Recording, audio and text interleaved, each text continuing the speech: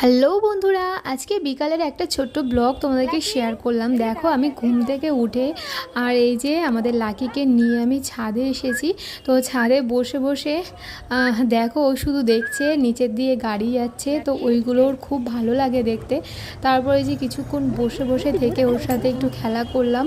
খেলা করার পর তারপর একটু সন্ধ্যা হয়ে আসলো। তারপরে যে দেখো একটু হাঁটিয়ে ওকে নিয়ে নিচে নেমে আসলাম। তারপর একটা পাঞ্জাবি আমি ডিজাইন করব বলে এই যে রেডি করছি। আর এটা আমার ভাইজির কলেজ থেকে কাজ করতে দেওয়া হয়েছে, তো ও আমাকে বলল যে একটু ডিজাইন করে দিতে।